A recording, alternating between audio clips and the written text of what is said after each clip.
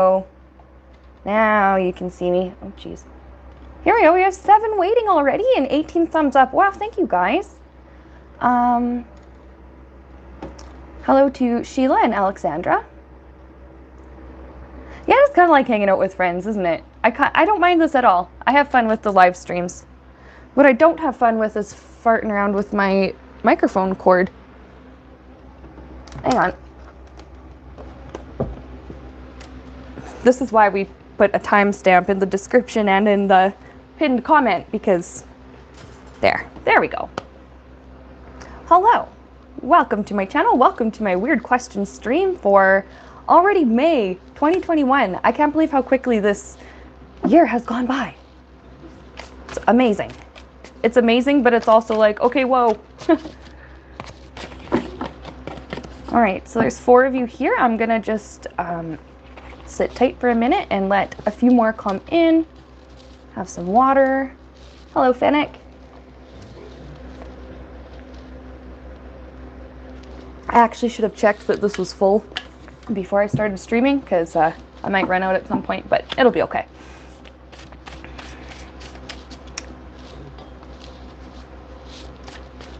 All right.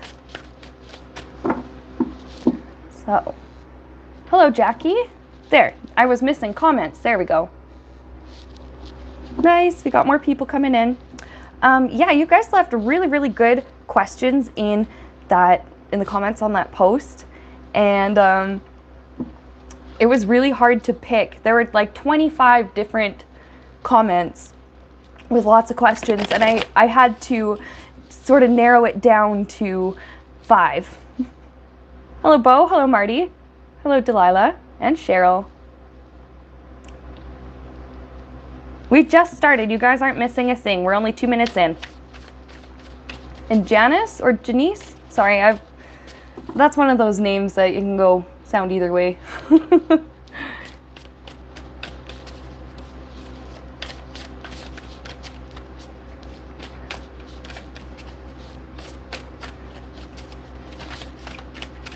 All right.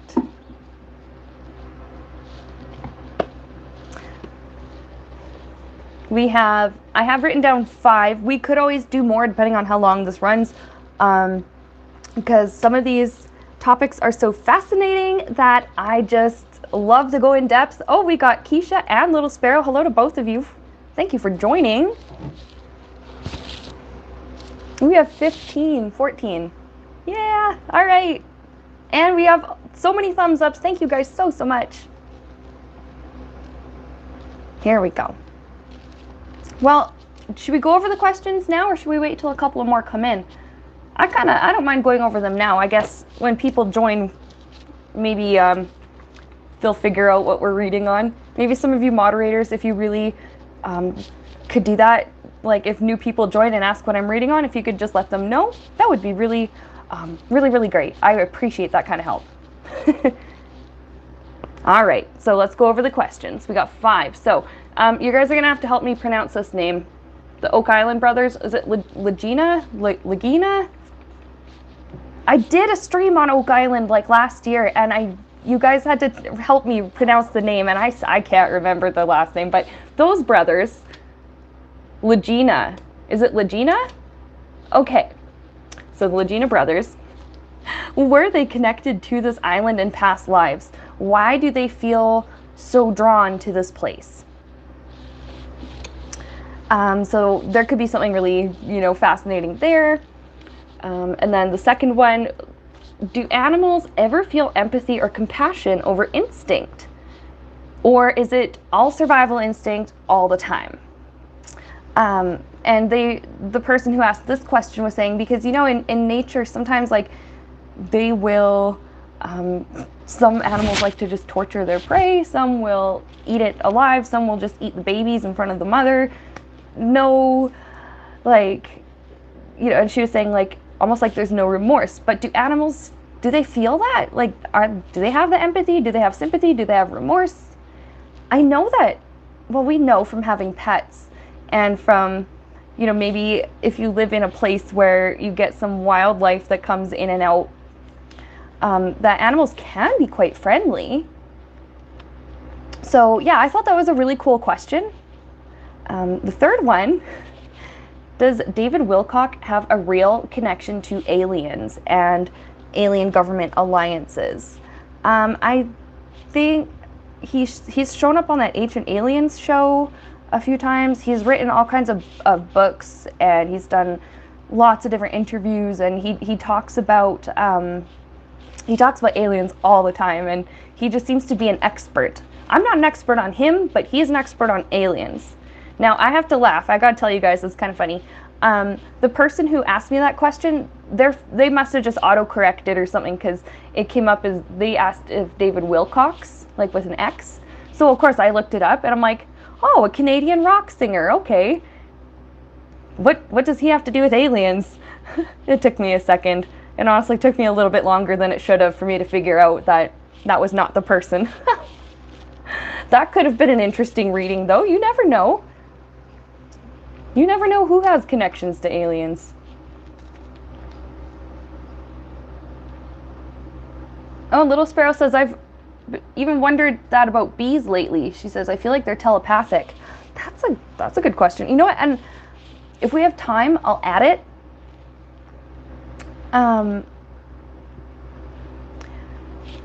To like the list, because I'm trying to think of how I want to formulate the question I want to ask.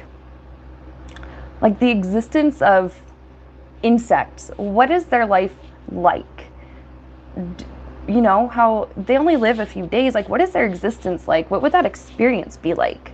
We know how it is to be a human, and then we might not know what it's like to be a dog or a cat, but based on what we know from watching our pets, we can get an idea of what it's like to be certain different types of animals. But what about insects?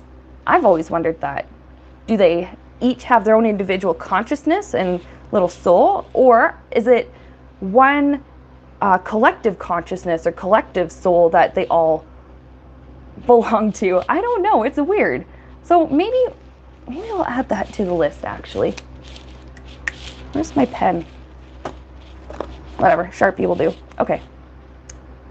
Insect souls? Question mark? Okay. Yeah, and Alex says those mosquitoes are brutal. Yeah, and you know what? Like, I generally have like a no-kill policy as much as I can when it comes to, well, I don't hunt. I grew up out in the country, and I understand why sometimes you do have to kill certain creatures and stuff. And I try not to kill bugs, but mosquitoes, it's instinctive, just slap. But my thing with mosquitoes, though, is they carry disease. Like, a lot of bugs do, but mosquitoes especially can carry a lot of different really nasty stuff, so I don't feel bad smacking them. But it's like, how many mosquito souls has that been? Or is it just one soul that just has tons of bodies? Okay, and then the next question we have is who the people, the civilization around the Gobleki Tepe in Turkey. It's over like 15,000 years old or something like that. The civilization around there was about 12,000 years old. Just, you know, from what I understand here. There's like a lot of significance to their 43rd pillar and the symbolism on it. So the person who asked this question was wondering, like, what does it mean? I think the Gobleki Tepe, if I'm correct, people think that it was kind of meant as an observatory, like an astronomical thing. They have like lovely stone carvings and just beautiful old temple. And I think it's still, parts of it are still being dug up and discovered. This person also wanted to know, like, the civilization, the people from that time who lived in that area. What were they like? What were their lives like? And could we possibly channel someone? And then my fifth question, I laughed. I thought this one was kind of fun. She literally asked, what's with all the Karens? Like, is it a new type of energy out there? And if so, you know, what can we know about it? And if not, then I guess if not, still, what can we know about it? Why do people act that way? Act like, I think the word that comes to mind for me is like entitlement. Why do some people just act like they're always right and like they always deserve everything and that they should always get their way? I know, I love how she asked what's up with the Karens. I really got a giggle out of that. Why are some people like this? And another thing is like, I find it kind of amazing that, you know, yeah, it sucks dealing with a person like that, but now how there's like this collective sense of humor about it, like, okay, you know, don't even be offended that she yelled at you, that she's such a Karen, it just means like some people get really worked up over stuff that is honestly not important and make a big deal out of it sometimes. So I want to understand more about this like collective sense of humor now we have about it, about some of these difficult types of people. And oh, what is the male Karen called? Is that a Chad? I think they're called Chad. I think that's the nickname for the male version. Yeah, it is Chad. Okay. That's so funny. Karen and Chad. What's with all the Karens and Chads? And sorry if any of you guys are named Karen or Chad, but you know that this is it's just a meme. It's just a thing. Or is it Kyle? Is it Chad or is it Kyle? Is that the stereotypical? I don't know. It doesn't really matter. Excuse me. Okay. So let's start with question 1. Oh my gosh, some of you guys are saying, so you got like sisters named Karen, and I know a lot of like a few Karens, and they've all been really nice, so it's just so funny to me.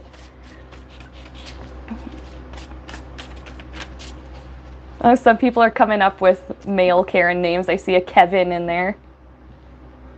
It's funny. All right, but let's start. Let's go with question 1 here. The Legina brothers, Oak Island.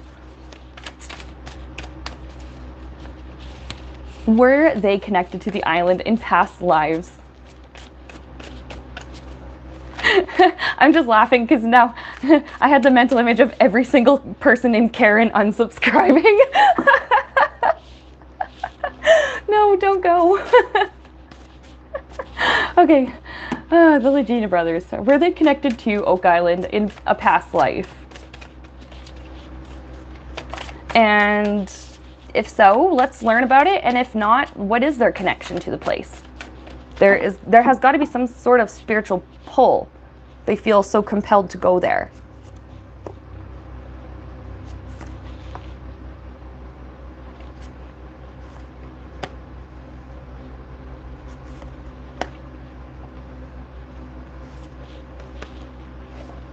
Oh, here's something kind of cool, actually. Now I don't know if there's like actual physical treasure buried there. I don't think so. But now they weren't one of the people that had initially supposedly buried anything, but I think they were among some of the first people to actually look for the treasure. This spirit is telling me that their lifetime now, this is their second go-round doing this. Okay, but here's something I don't understand. You'd think that when they crossed over, they would realize, like, the truth about the place. Oh, Spirit's telling me that I'm getting ahead of myself. Okay. God's like, Sienna, chill. It's okay. We'll answer this when it's time. Okay, so first of all, the one brother might have like literally been a hermit. I don't know if people like lived there or not, but I do feel like one of the brothers was, I don't think they were like really brothers in this past life. I don't think they were biologically related in the past life, but they just happened to be there together. The one was he kind of lived on the land. I have this mental image of like he's like picking some berries, or he's picking like, maybe, I don't know if they the word that comes to my mind is Saskatoons, those little purple berries. I doubt that's what grows on the island, but that's what I was just seeing. So, picking some little berries and like foraging, that's the word I'm looking for. And then just he's like communing with nature. He just really likes to be out there. He has a shelter. It's kind of just this rough built. It comes from it's like trees. It kind of just looks like a lean-to. It must just be a temporary setup that I'm seeing. The one brother kind of lived off the land, okay? The other one was quite affluent and influential. King of Cups. I don't know, was he actually a king? Like, literally a king? Or, I'm just asking Spirit this, or was he just like famous or influential or something? Okay, famous, celebrated person. Not that star card, so it's not like, you know, how some people are famous today where you are known all over the world. This was a kind of famous where, like, especially in your local area, very, very popular and well known. Okay. Oh, okay, so I heard the word local celebrity, and Spirit showed me the world card and said if this were modern day, we would consider celebrity because of the internet and stuff, we would know about him. But back then, he was only like a celebrity in his local area. And where is he from? Because I strongly pick up England, like UK vibes.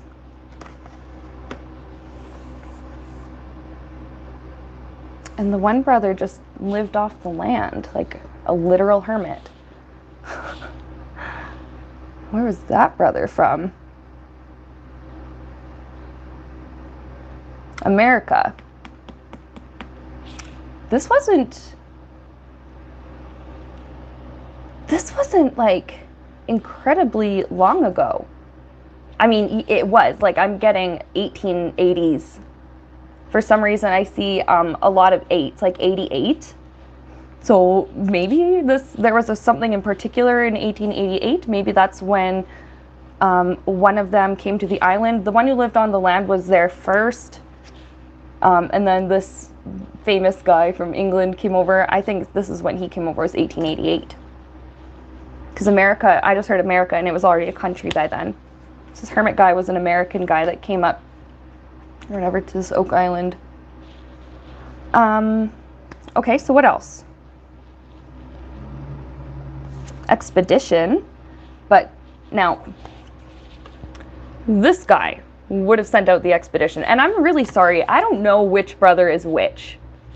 I just know that one is the hermit and one is the, what should we call him? The hermit and the, well, he's a king of cups. Let's just call him a king. Local celebrity, let's just call him a king. Whatever. So, I don't know who was who, but the king wanted to set out an expedition. And he put the message out there that he was looking for men. There's that waiting for people to reply. Kind of like putting an ad out, and a help wanted ad, and waiting for the resumes to come in. That's the feeling I'm getting. Waiting for some young men to apply.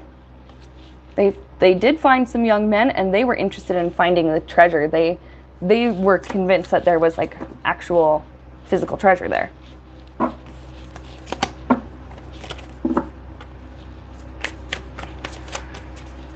Okay. So it's cool that they do have a past life connection. This 10 of Pentacles just flew out. That's like a card about family or something. We'll keep it. It might make sense later.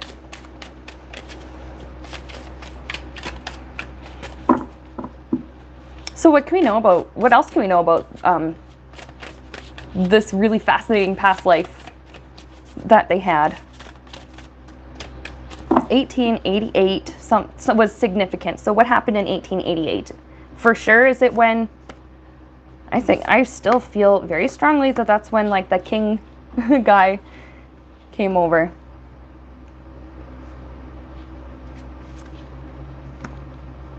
Okay. It's when the expedition started, this particular expedition. It wasn't a large group of people, though. It was only, I pick up that it was only a few. There was only a few people that were willing to do it. And I don't know why there were only a few people willing to do it in this particular case. But the magician, it's like, let's see what we can do. We got our tools, we got our men, we have a map. But they didn't find anything. They kept searching. Mysteries here with the moon, secrets. They kept searching.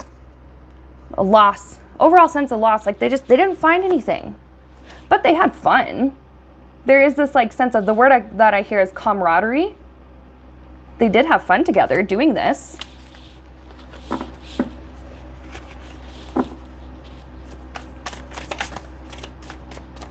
Now, I want to know, did the king brother, did he just get the group together for this treasure hunt, essentially, or did he actually get involved?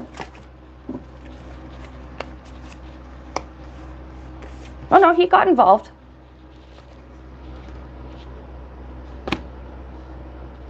We have a troll, can we get rid of him? Mods, please. Linda, Keisha, somebody. Thanks.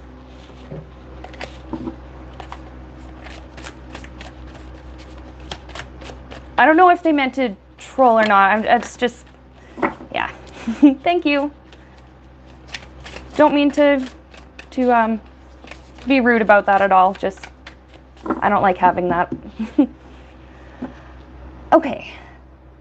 So, what's the connection between the king brother and the hermit brother? Because they weren't biologically related in this lifetime. One was from England and one was from America.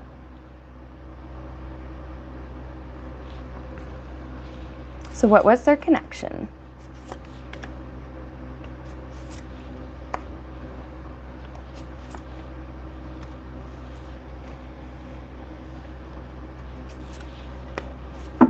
Oh,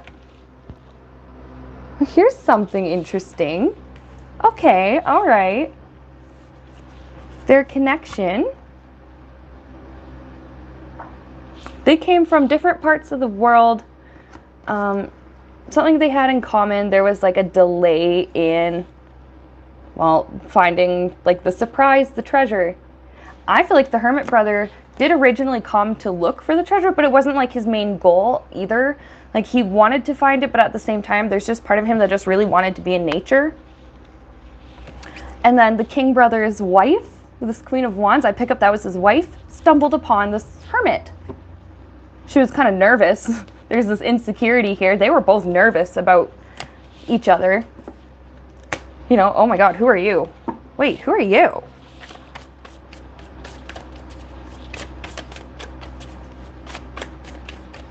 And they stumbled, so that's so cool. The king brother's wife, and I'm sorry that I just got to refer to them as hermit brother and king brother. I am doing my best here. Stumbled upon this hermit guy. Oh, look at who flipped out. Look at that. They stumbled upon him. Now, here's something, okay?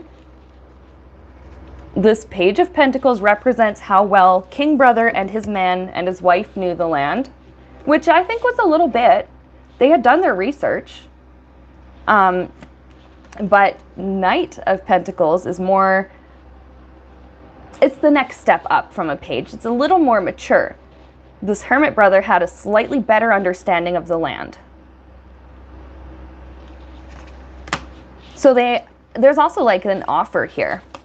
Offer being given, offer being taken. Do you want to come with us? Would you like to join us? Can you help us? On the bottom of the deck, there's that mystery. Mystery. They both just had, this king brother and this hermit brother both had this just crazy desire to understand the mystery of this island.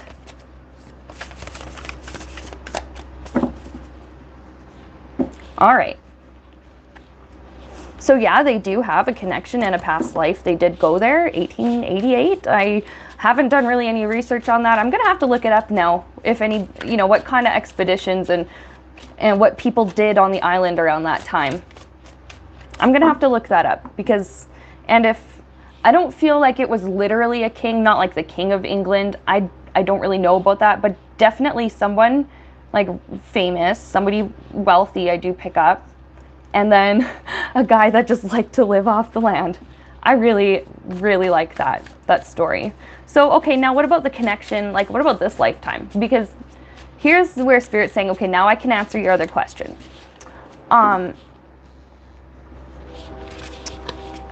I thought that, okay, so, you know, that lifetime ends, they cross over, they would get an understanding of other, of like things in their life, why things are the way they are. You'd think that they'd have gotten an answer, you know, did they find out the truth about the island when they crossed over into Spirit? That's what I want to ask. Did they find out the truth about the island when they crossed over into Spirit from that last lifetime? Yes, they did. And what was that truth?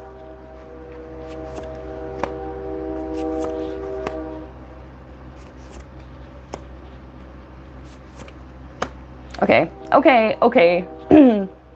I need water, hang on.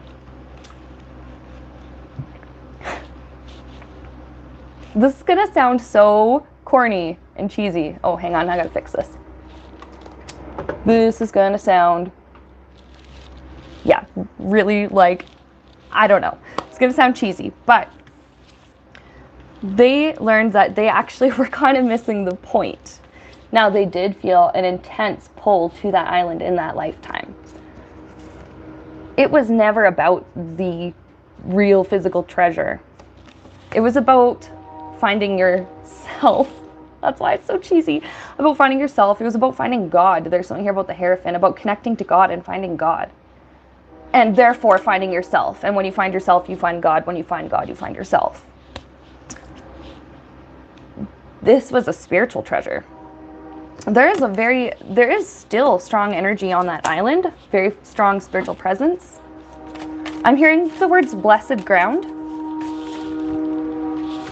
Okay, I got my window open. I live in Alberta. There's trains all the friggin' time. I'm sure you guys can hear the trains out my window. It'll stop in a second, don't mind that. There's like a train every half hour that goes through my city.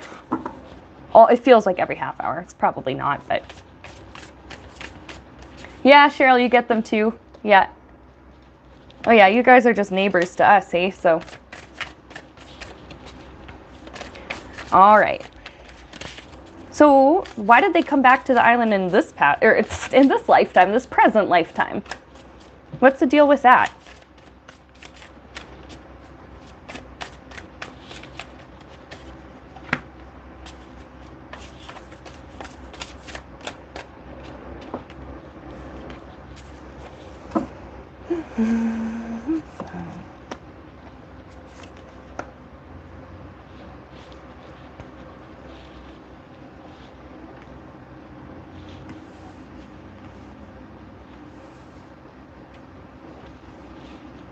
There's still something about feeling such a strong pull to that location. I don't really know why the spiritual energy is so strongly concentrated there. But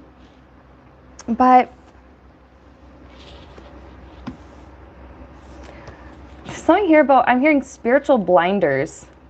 Like they forgot, again, the truth, because we forget a lot of stuff when we get born here. We're supposed to forget, and the point is to remember some of it, or a bunch of it. They had some spiritual blinders on.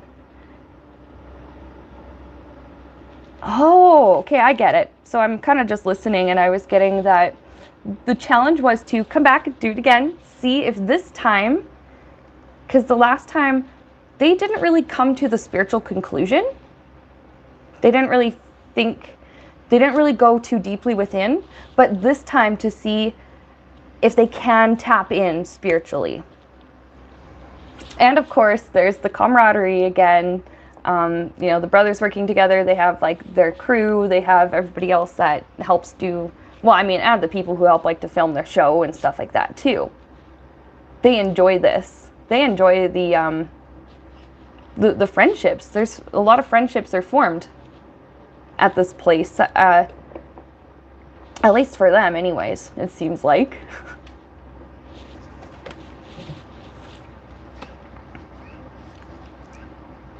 I think they found, like, this is a card representing hard work. And I think with their hard work, I think they found like little artifacts and stuff here and there, like maybe just, or things that we might not necessarily view as treasure, but they might think like, oh wow, hey, this stone is really beautiful, or like, oh hey, look at this thing, I wonder what it is. It's like a piece of metal, I wonder if it's like an artifact or if it's just a piece of junk. Like, there's some kind of fun in that, in trying to figure out what something is and what it means and who put it there and why. The search is, I pick up that for them, like, the search is just as rewarding as the result, because they're having they're just really enjoying the search. There's a sense of purpose that seems to be attached to the search.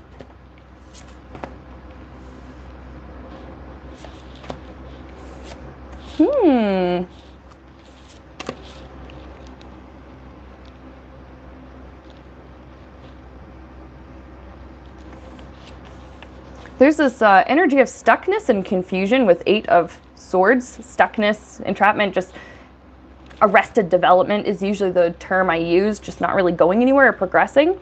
And then confusion with 7 of Cups. Oh, no, don't worry, Cheryl. I read your comments. I don't always respond to all the comments in chat because I'm reading, but I do acknowledge, at least mentally. But okay, the sense of like, okay, why aren't we getting anywhere? Why aren't we finding it? Like, we have all this technology, we have all these people, we have all this help.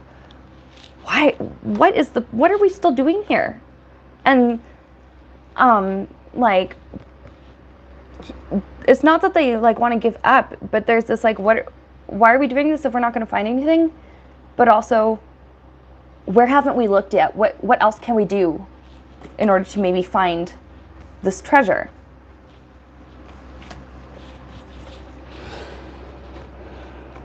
And like I said, there could be maybe some like cool artifacts, and maybe there are some like small interesting things scattered around if you really dig for them and stuff.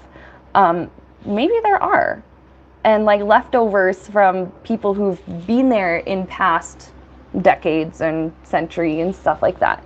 And that can be treasure in and of itself, but they're missing the point spiritually. And I'm not like saying that to judge them. I only laugh because it just seems like they will get it. They will come to understand the spiritual significance of the island. I think that's really cool. They will come to understand it eventually, but the reason that they came back to this island in this lifetime was to see if they could get that spiritual connection and have that understanding. Commune with themselves, find God, therefore find themselves. Find themselves, therefore find God. Okay, so I think we're going to move to the next question. That was a really good one. I forgot to write down usernames this time beside questions, so sorry, but whoever suggested that one, that was a really good one.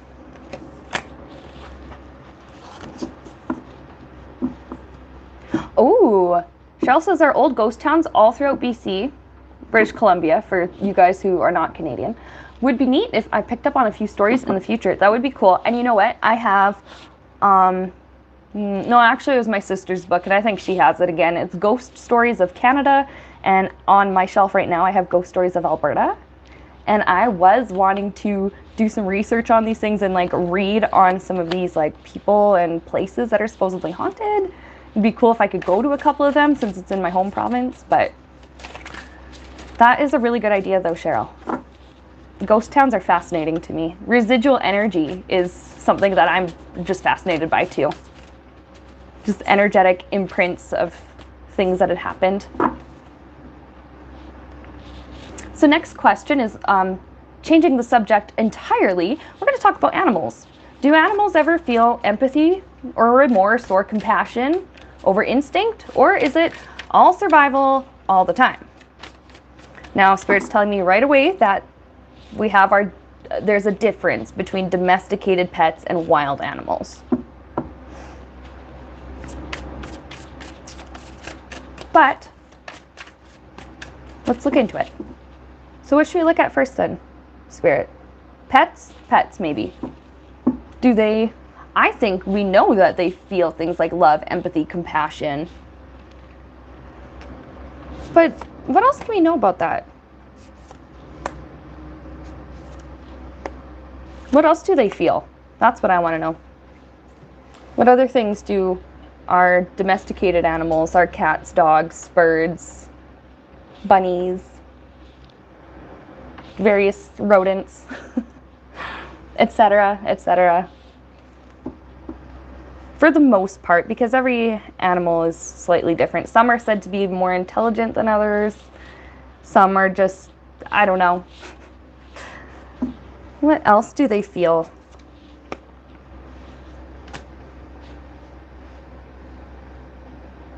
Well, okay, all right, hang on.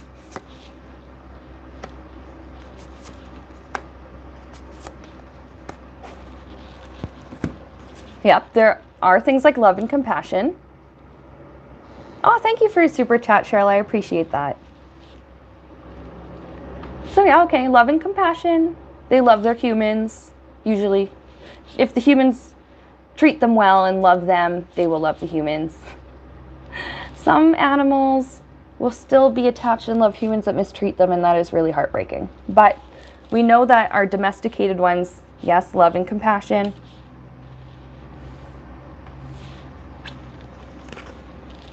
Betrayal. Deceit.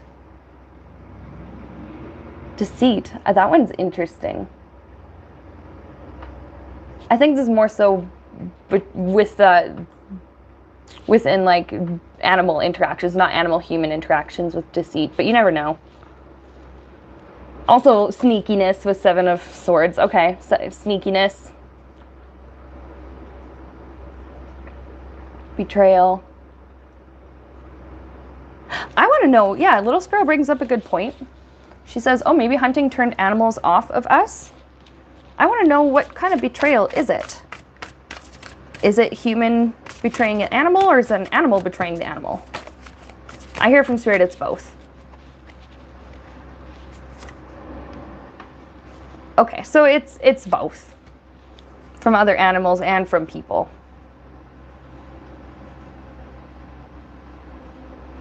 And then, without going into a really weird tangent, but I do just pick up right now that when it comes to things like hunting, I'm just picking up the consciousness of a deer. Actually, it's a buck, to be specific. That somebody must have hunted it, I mean, during that season of the year. And it's just kind of relaying to me that it understood the... I think when it crossed over, it understood like the circle of life, I guess as we'd call it. They understood that other creatures need to eat, and that some creatures, they need meat. Their bodies require the stuff that we get from meat, and some creatures they are just fine eating plants, and there's just this understanding that sometimes that's how it needs to be. Sometimes it's excessive, and you know, you get into things like poaching and stuff. That has a very different energy.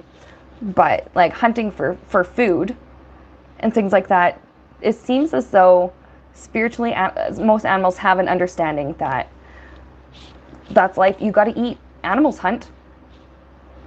They hunt each other. So yeah, there's just like that calm understanding that, okay, sometimes that's the way it has to be, but it doesn't mean that they necessarily like it. I wouldn't think. They feel fear, of course. They feel fear and stress. Oh, Cheryl says, some hunters do say thank you for your life as they hunt. Some hunters had told me. Yeah, and if you just, have appreciation for the animal and just the honor, like, wow, I'm grateful that I have this meat so that I can feed my family. Yeah. That's a very different energy. It's very different. But yeah, animals, the domestic ones, wild ones, they feel fear, stress, We already knew that though, because they can become very dangerous when they're afraid. They feel pride. They have instincts, high priestess, they have intuition, connected to spirit. And some of it is like survival instinct, and sometimes just the way that the brains are wired and stuff like that. And some of it is spiritual instinct, which is cool. Okay, so wild animals. We know that they feel fear and stuff like that, but do they feel empathy or compassion or guilt?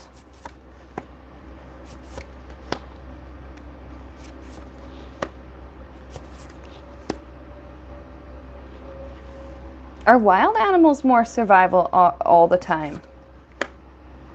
Oh. Okay, not always, but a lot of the time. They feel insecurity. And then there's something here about like needing rest, being tired. Having the survival instinct on all the time and being on guard all the time is exhausting. At least I know this for people, I know this for me. So I am picking up that for animals. It's the same way, having that adrenaline, going. There is a fear for, it's like I don't know if it's a fear of death. I don't know what it is, but it's a fear for survival.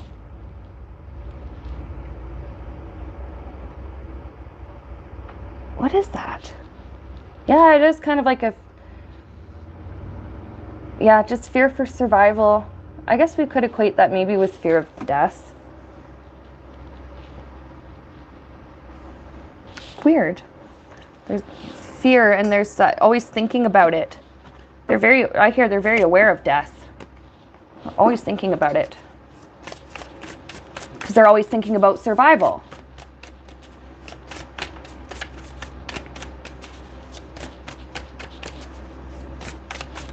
Do wild animals ever feel things like compassion, love, things like that?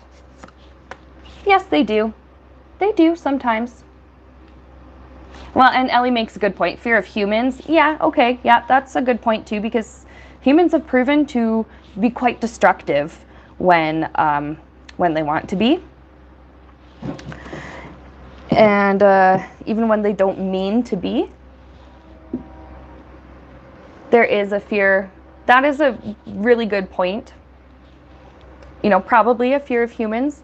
But I'm also thinking about animals that live in areas where people just generally aren't. Like, I think about, I live in Alberta, Canada. There's just like, depending on where you are in the province, because it's really big. But in my part, there's so many like bush patches, trees, like fields, brush, there's coulees, things like that. And yeah, there are, people who live out in the country, obviously. Honestly, I think most people live out in the country in Alberta. But I think about those animals that just don't normally have contact with people. Yes, they do feel love, joy. A lot of it is still biological instinct. I feel like very strongly, especially the maternal instinct. They have such strong attachment to their babies.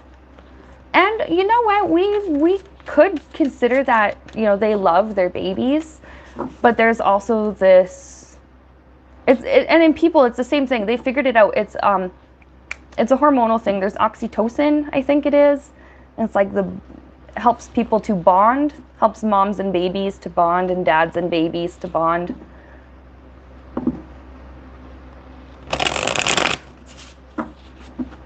Oh, Ellie, that's a great question. She says, I think you could differentiate between prey and predator creatures when you talk about fear.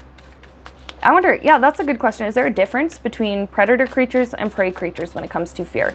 What do predators fear? Not having enough. They fear not having enough. Like food, resources. Food, mostly.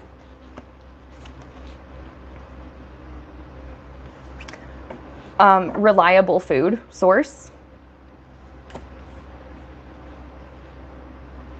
They fear, like, they're vulnerable when they sleep. There's kind of this like fear. about being, I don't know, like being harmed when they're asleep. And then strength, something about like the physical body as well. I think if they start to feel like they're sick or if they're injured, they could become afraid.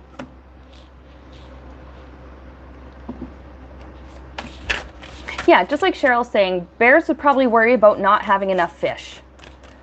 Deer would probably worry about trees being cut down and brush being cleared away and predators and stuff. But, you know, like,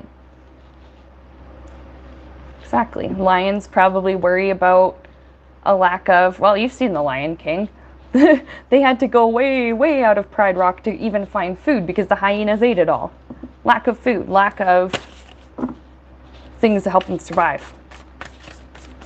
And they're vulnerable when they're sleeping. There's kind of a fear. So then prey animals. Prey animals.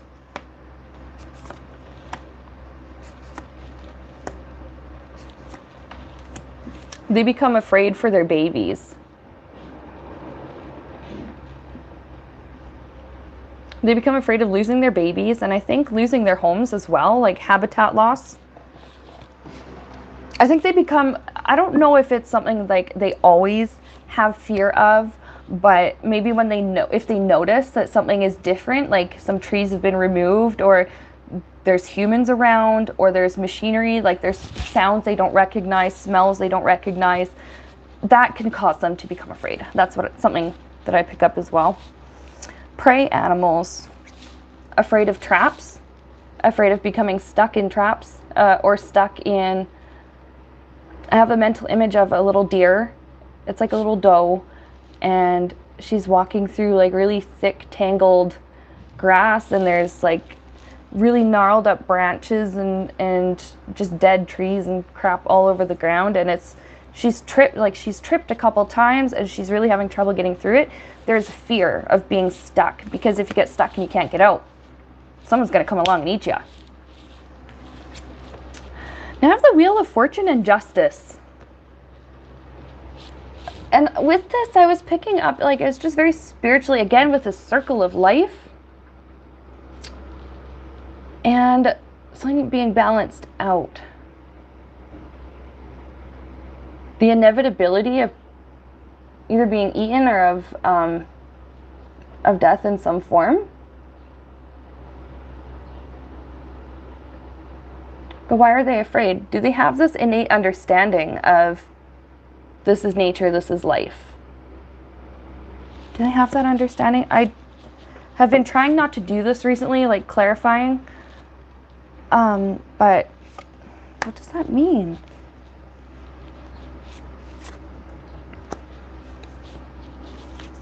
Is it a fear?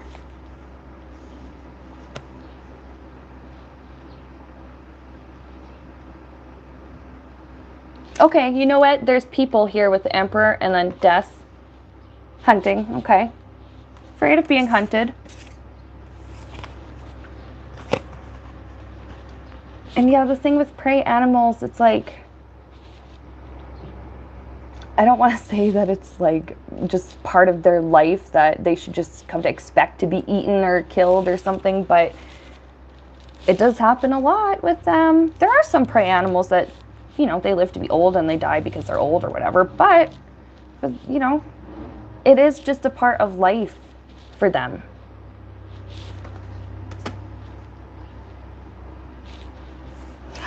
I keep hearing now, when is it going to happen? When's it going to happen? When is it going to happen? And they don't necessarily think in the way that we think, but it's that energy of knowing something is coming and not knowing when. Okay, and then somebody asked about zoo animals. What do they feel? Do they feel empathy, compassion? What fear? What do they feel?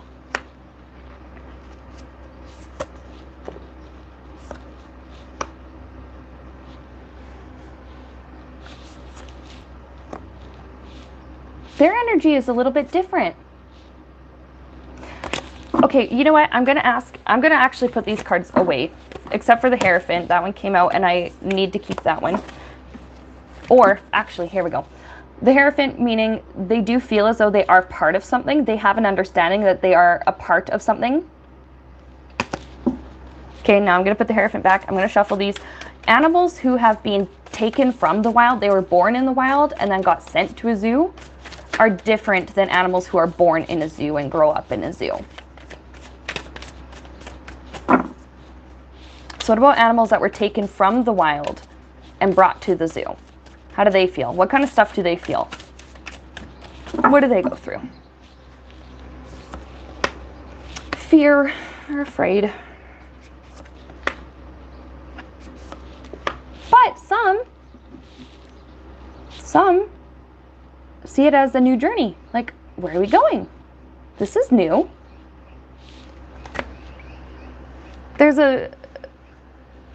I think some of it depends on why they were put in a zoo. There are some animals that, because of injury or something, they could not survive in the wild for very long. And so sometimes they're brought into captivity so that they can experience a longer life. Some of them, definitely, there's fear because it's like, what's happening to me? But then it's like, oh, this is actually, okay, I'm safe now. It takes some time to realize. But then there's some that they're healthy out in the wild, then they just get taken and put in captivity. They do worry, they freak out.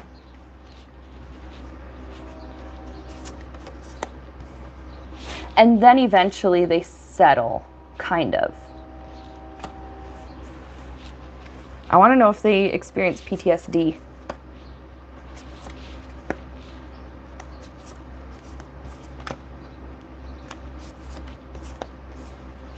Kinda. I think that some do. And we know stories of different animals who've been through extreme conditions or really severe abuse, and you see that they exhibit similar symptoms as people in like PTSD, like flinching or being afraid, or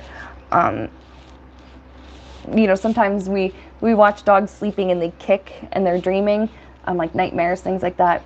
They do have, it is something that they have to go through and work through. I don't know if that's the right word, but it's something that they go through. Some of them actually like it because they, like I said, if they were hurt and they couldn't necessarily survive in the wild anyway, they eventually come to feel this like gratitude or this love for the caretakers. And then some of them do feel like, you know what, I have everything I need right here. There's no competition. They might still have, obviously, the survival instinct, but it's not on 24/7 anymore. Okay, what about ones that are just born and grow up in zoos? Ones that are just born in the zoo and grow up in the zoo. How do they feel? What do they go through?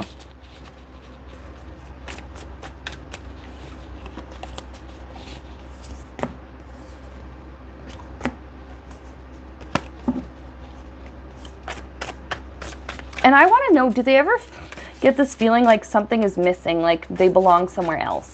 I always wonder that. We see that sometimes in movies and stuff.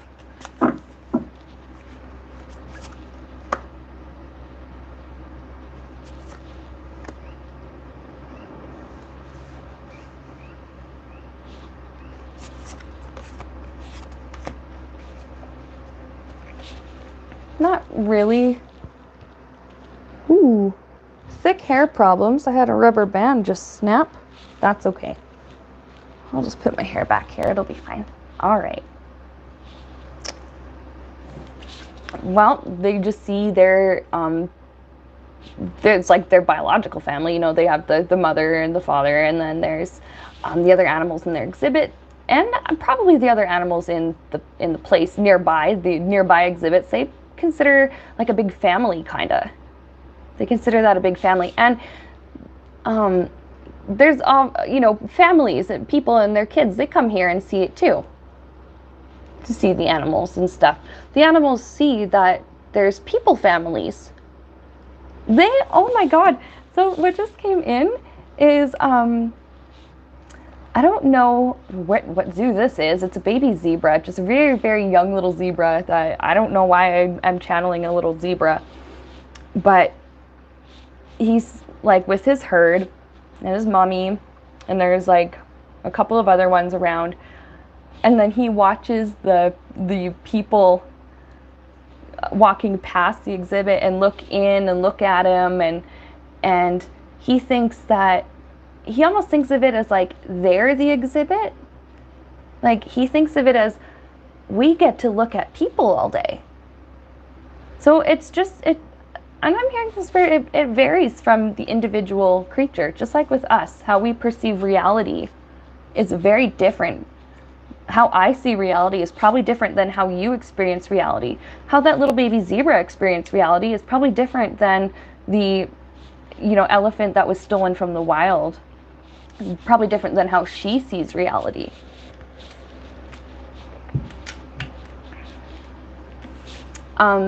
Usually they feel secure and loved and cared for by their caretakers. They usually feel a strong attachment to their caretakers. And this depends on which zoo. Some are very ethical and try to do their best to make sure their animals are comfortable and safe and have the best experience. And some are not. Some zoos are dirty and destructive and are abusive. So in some of those zoos, they feel things like sadness, exhaustion, desperation, and fear. But in really, really good ones, I pick up like in quite a few different zoos, but especially the really good ones, there's just like attachment. They feel attachment to the caregivers. It's just kind of part of the daily grind. Like they just don't, especially the ones who are born in the zoo, they don't know any different really. Not necessarily from what I'm picking up. So it doesn't seem like it's all survival all the time. Oh, bye Linda. Thanks for being such a good mod and for watching. Anyways, domesticated animals, definitely not all survival all the time, but of course we see that when they're afraid or when they're eating or other things like that, they can become afraid. They can be all survival. Oh, Red Lentil, thank you. Thank you so much, Adrian, for your super chat.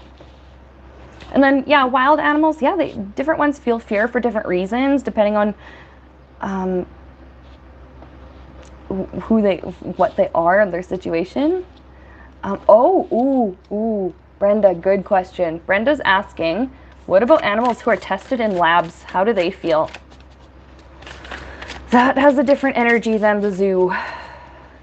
And I want to actually, in the same vein, I want to look at circus animals, because I know there are probably some circus like companies that I'm sure there are some ethical ones out there, but I hear all these stories about animals being mistreated horribly in that industry.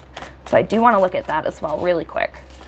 So lab animals, how do they feel? What do they go through? Quick lifetimes, usually very quick lives. Okay, there's the magician, experiments, judgment, watching, being observed, just being constantly looked at. They feel that. They feel that they're being constantly watched.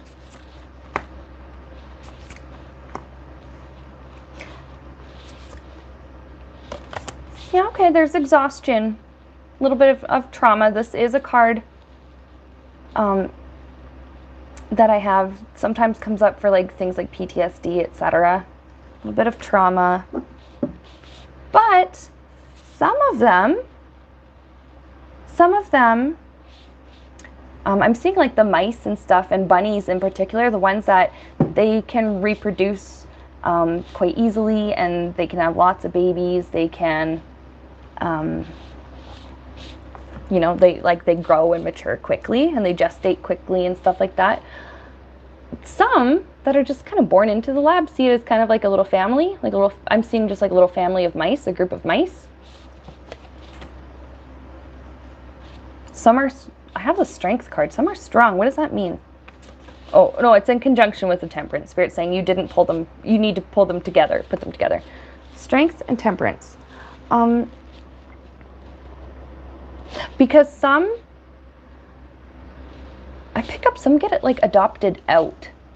I don't know who adopts them or exactly how that works with lab animals, but some manage to like get out and heal and go on to live a good life for the rest of their life. So I don't know what's going on with that. And then someone in the comments asked like about circus acts with animals, thought they were extinct. I think in most of the world, but there's still some places where they do use animals still.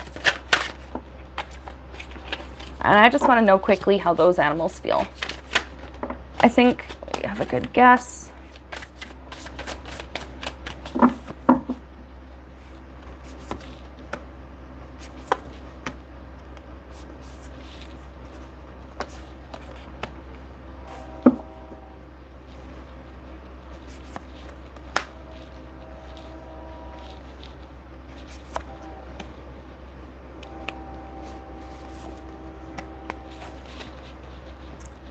It depends on the place, but I'm seeing here like some are like actually physically restrained by different means, and that's uncomfortable to them.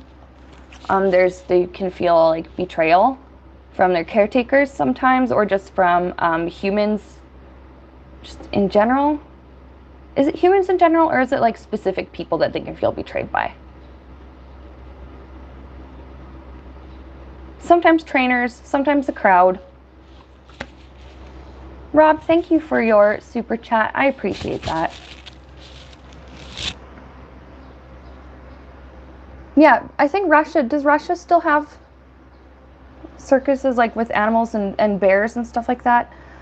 Anyways, the animals there, they feel, some of them, depending on their situation, because if they're treated well, maybe they feel better, but if they aren't, they do get this instinct like something is wrong. There, 5 Pentacles, there's the struggle. Oh God, mental image that just came in. I don't know this bear's name, but she was rescued from a circus.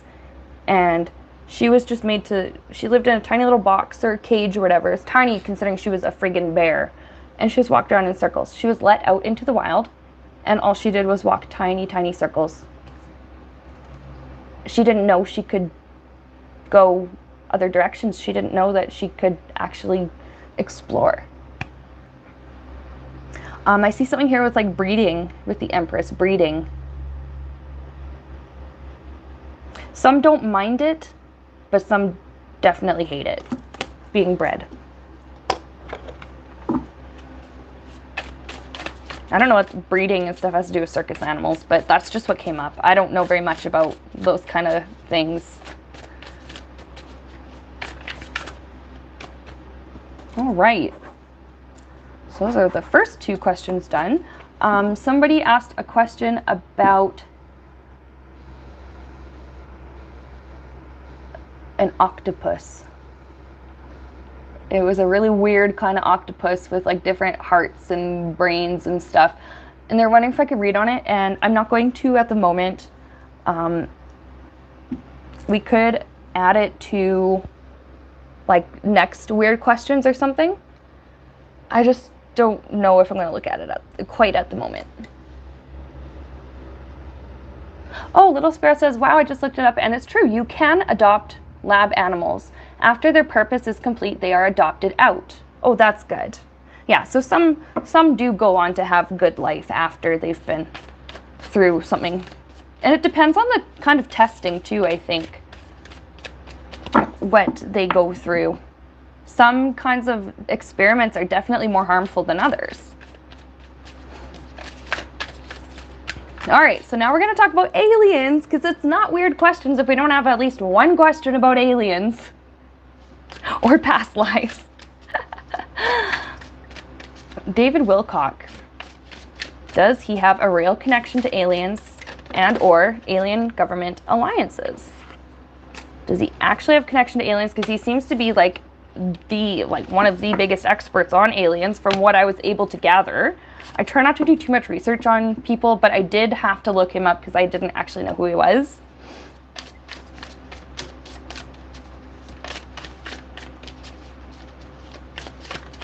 Does he have a real connection to aliens and alien government alliances? Oh, Little Sparrow says, watch My Octopus Teacher on Netflix. I've watched that, and it is wonderful. The little kids I used to babysit, the one boy loves animals, and he loves the octopus, and we watched it together, and he loved it. That's actually how I watched it, was his mom put it on for him, and yeah, it was a very sweet documentary. Oh, it was so good.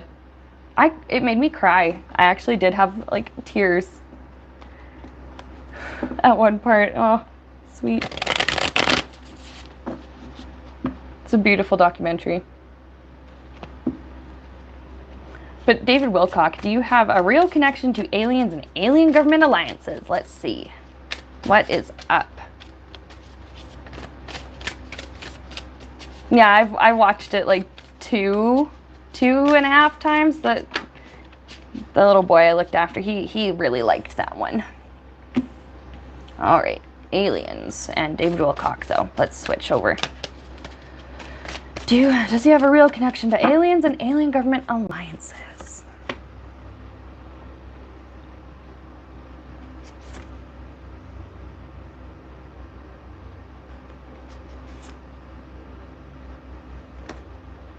And I don't mean this to sound rude, but he's something of an alien himself. And this is just something I pick up from these cards. I'm not saying it to like insult him. I just mean that like his soul origin is not from around here. This is also why he has such a fascination with aliens.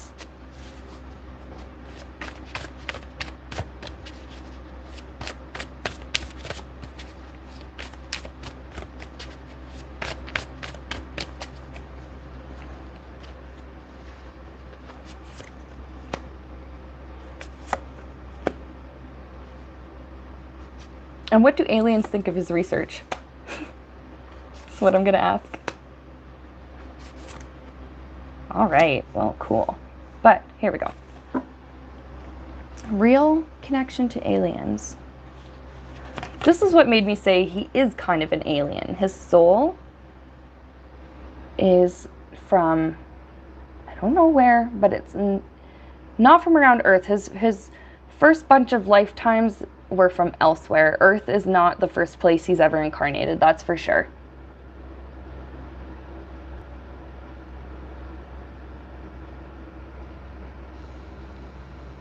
Little Sparrow says that David Wilcock got very into propagating far-right conspiracy theories, unfortunately, like Pizzagate. Oh, I'm very curious what happened to him because I used to watch him. Like, yeah, that sucks. But his soul definitely came from somewhere else, and coming to Earth, the tower, this is not like a bad tower. The tower just refers to a life-altering thing or event or moment.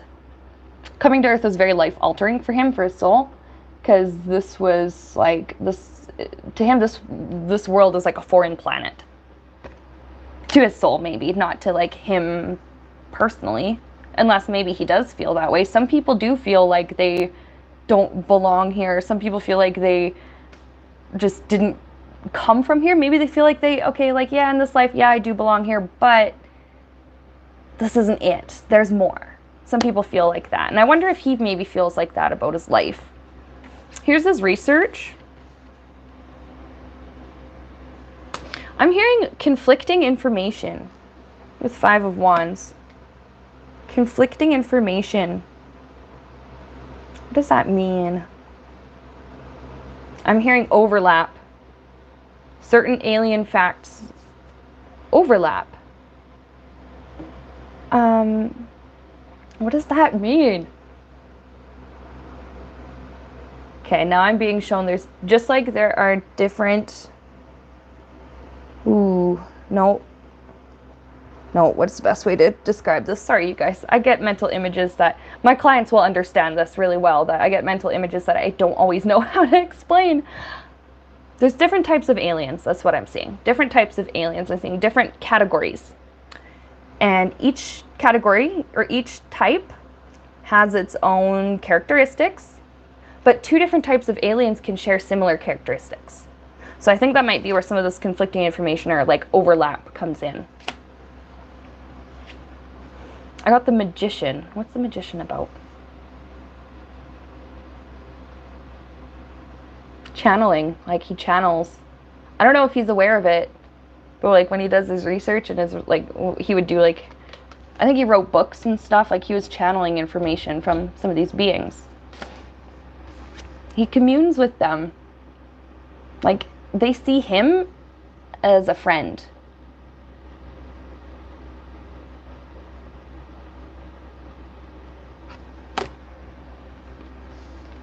And then the star.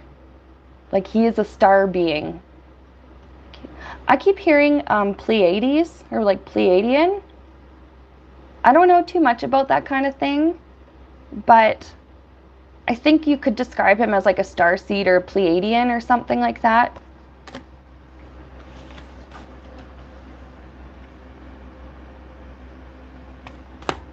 And then I asked what did the aliens think of his research and his work? Not the conspiracy nutter stuff, but the alien stuff. Oh my god, it's weird when I consider aliens to be like, yeah, okay, whatever, normal, and then that like far right nonsense junk that he was doing to be the weird conspiracy stuff. Oh, funny. All right. They love it. They love it. They consider him to be a colleague or like a partner. This is the Lover's card, not a romantic partner, obviously, you know that, but like a colleague or some kind of partner. He brings information about them to the world, and they don't mind that not everybody believes it. They kind of like that not everyone believes it. That some people are like, okay, that's friggin' weird with the Judgment card. Some aliens say it helps them to feel safe that not everyone believes in them. Because then not everybody might pick up on them. And they like that idea of maybe being left alone by certain types of people or certain people.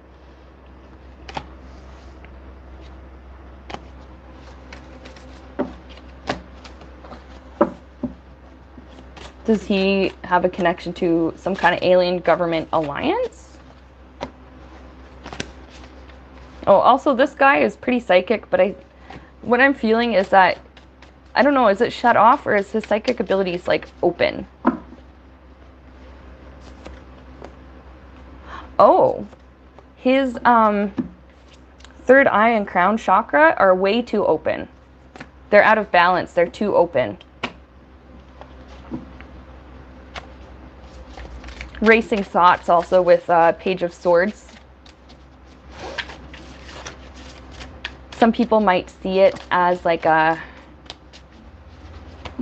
don't want to say like a symptom of a mental illness, but there are some illnesses where racing thoughts that make no sense, trying to make connections where there are none.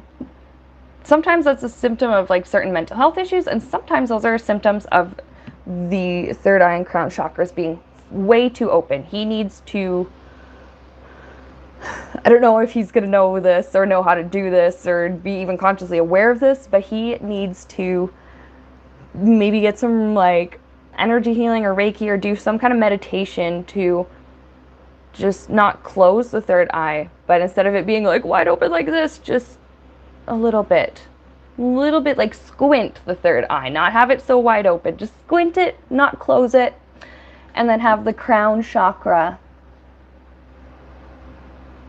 balance.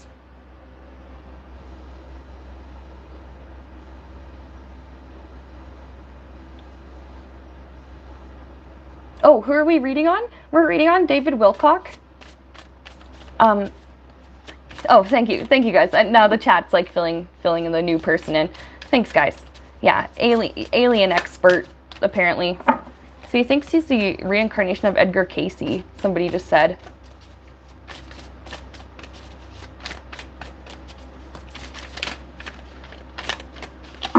Is that true, Spirit? I just heard from Spirit, I don't know what kind of answer this is, but I just heard he's the reincarnation of his many former selves.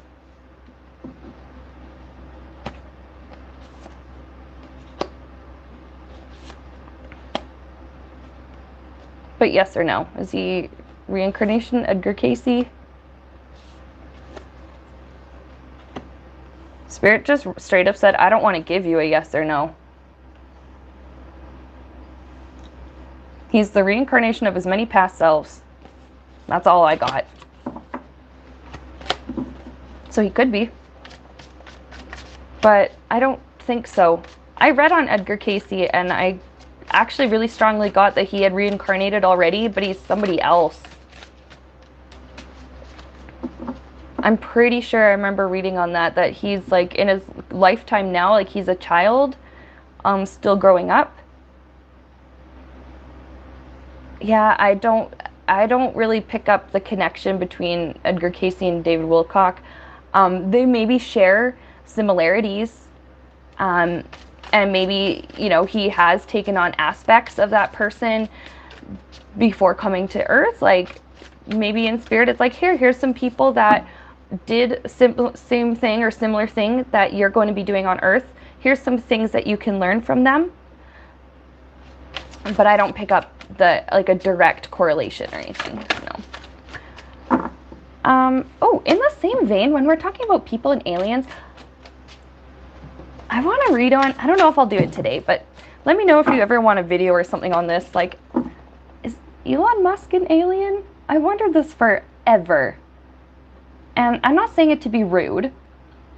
I know that he has some different mannerisms, I've heard.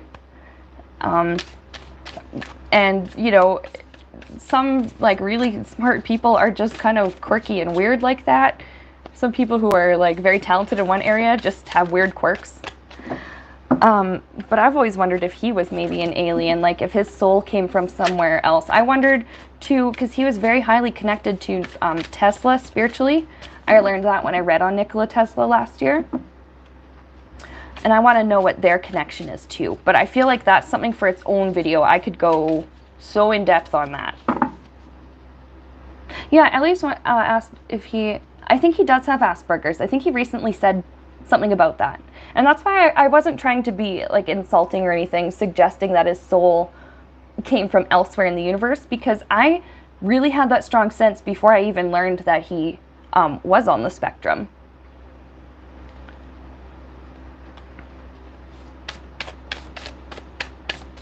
Okay, oh yeah, he did just say so, didn't he? Yeah, and no, I really don't want people to take that the wrong way. That's not the reason why I think he's an alien. I just like, is very different.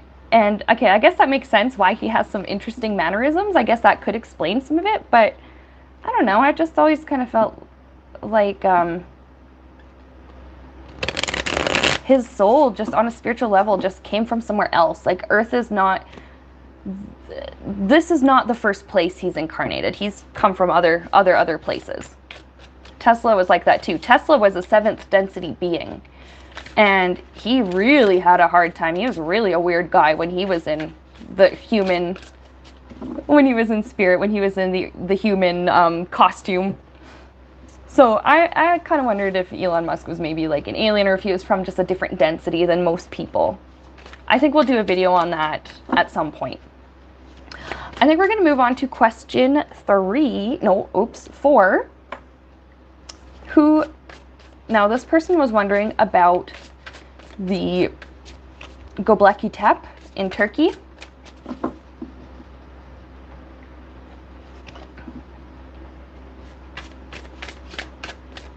Wanted to understand what the significance of pillar number 43 was in particular.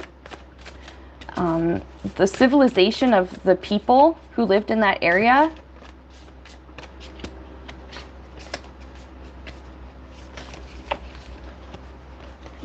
What were they like? What is the energy of the Gobleki Tepe? in Turkey. Like, we're really changing gears here from aliens to ancient people. Ancient aliens to just ancient humans. All right, right away, the very spiritual place. I do understand. I think a lot of people think it was an observatory, like an astronomical thing. I think there's some like astronomy and astrology combined, the science and the spirit. There's a combination of those two energies I pick up. Oh, hello, Aries. Welcome. For you and other people who just joined, we just started reading on the Gobleki Tepe in Turkey.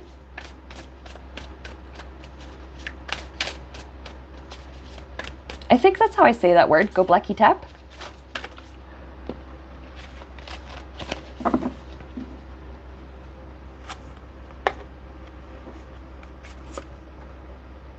Oh. Ooh. Ooh.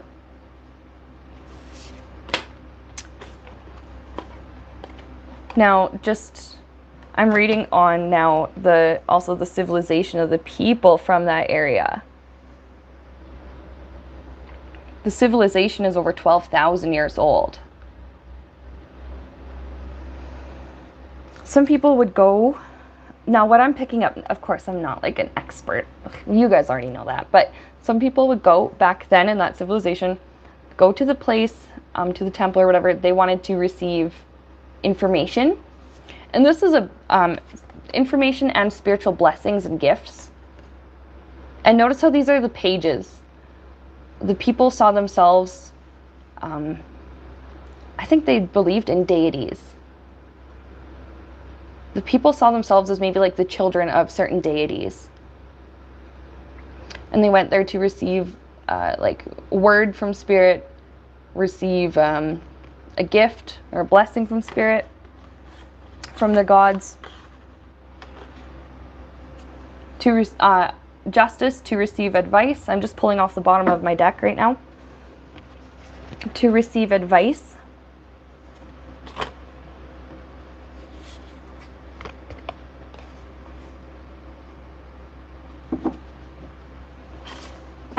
From God or the gods.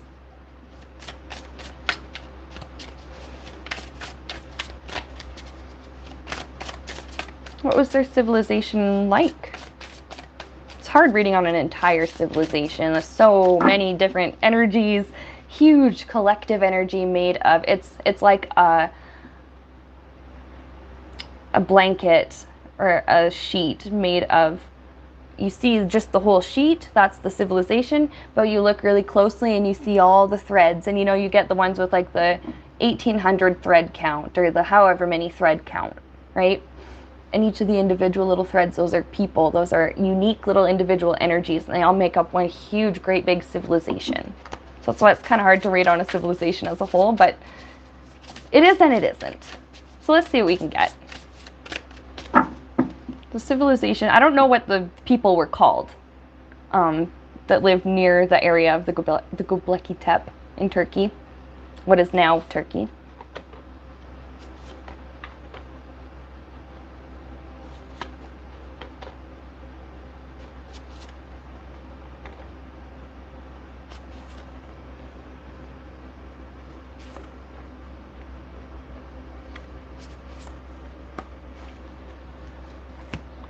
I have like something here about defensiveness.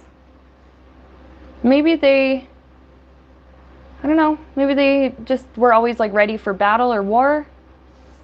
Maybe they were just always ready for it. Or they were defensive because, again, I don't know very much about these people, but maybe there's something here about like migrating after a loss. They moved somewhere after a serious loss, maybe a battle or a massacre, a loss of life. Women and mothers were especially important. There is a huge emphasis on, why am I hearing? I'm hearing the word fertility.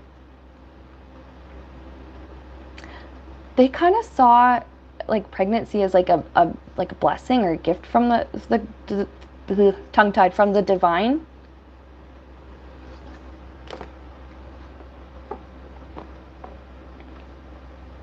So I just pick up that like mothers, especially like pregnant moms, new moms, they were very revered, women and mothers.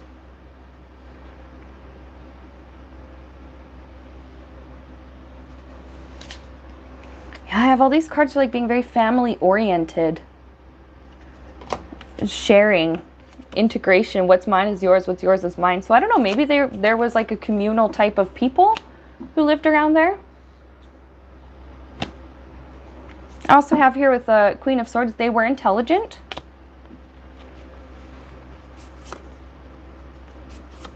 I'm hearing, you know, of course they had their own culture, music and arts.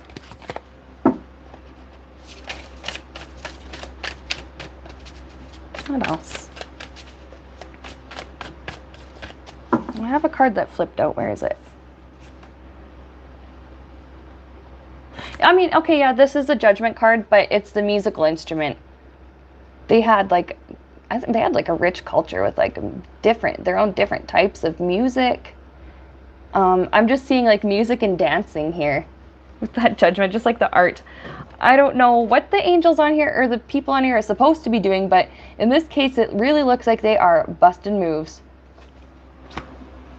I think they really enjoyed and valued, I'm hearing like recreation.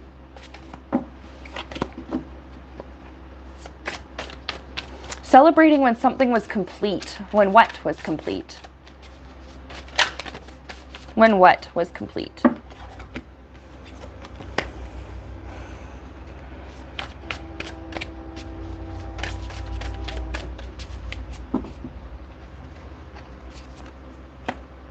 When the work was complete.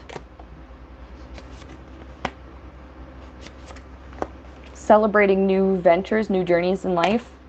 Celebrating, there's an energy of marriage. I don't know if it's marriage the same way that we perceive it today. It's celebrating partnerships and unity. Oh, thank you, Donna. That's very kind.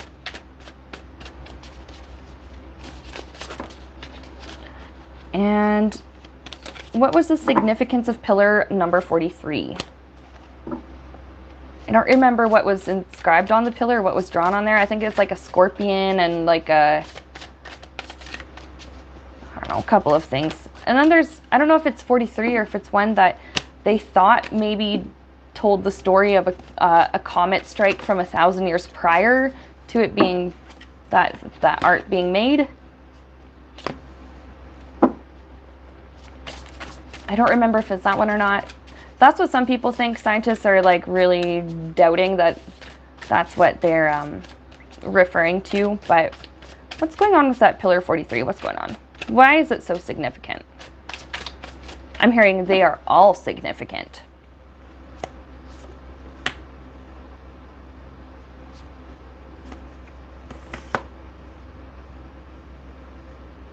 Holy crap. Major Arcana. Ahoy. We have like 3 here. What was the purpose of the inscriptions on there? Was it a story? Was it instructions? What?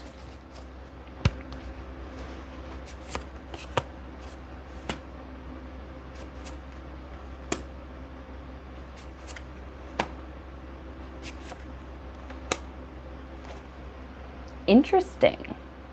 Okay, but I'll show you what I got first. On this card, it looks like he's literally carving on a pillar or like on the wall or something. That they liked doing this. And some of it, like some people I think felt like that it was a sacred duty to be able to be the one who got to carve an image or inscribe like a story.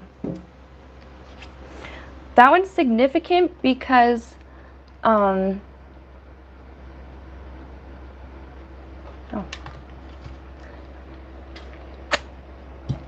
Thanks for the reminder to drink some water.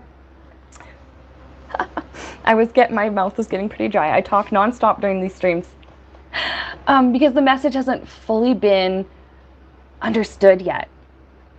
There's still something like the lid on something, like I think people are maybe close to figuring it out, but just not quite. And then Alex, I think, asked what it means with all the major arcana cards. The reason I just was like, wow, is because the major arcana tends to refer to like the overall bigger picture, spiritual aspects of life. Whereas the minor arcana, the swords, pentacles, wands, I almost said clubs and spades, oh my God. The minor represent just the day-to-day aspects, things we always deal with all the time.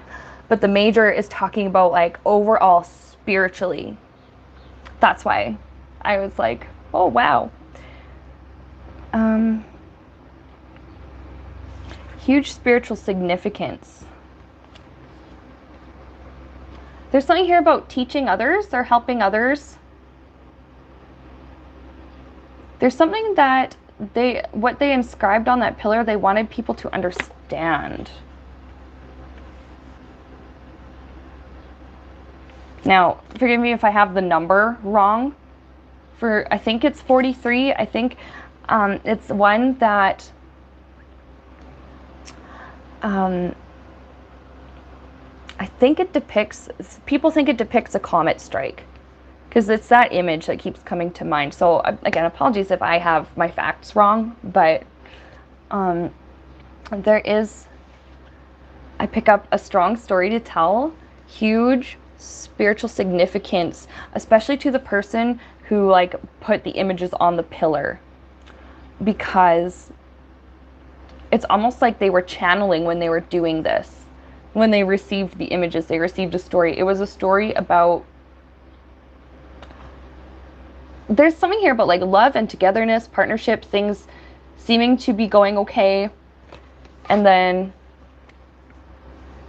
having to abandon, having to leave something behind. Having to build something new out of a tragedy. Hey, that's kind of what came up when we were reading on what that civilization was like. Like they moved into the area or maybe out of the area. I couldn't quite figure out what, after some kind of a battle or some kind of a tragedy. And that pillar that some people think depicts a comet strike, it's like depicting, I don't know if it's directly depicting what, like what some of those people in that culture went through. I don't know. I know a civilization can span like, 1,000 years or whatever, a long, long time. But I feel like it was a very historical, it was an event of huge like historical importance to them, and they wanted people to remember. A story of having everything, losing it, and having to start again and create something new after tragedy. It sort of becomes a story of hope in a way. That's what I've just picked up.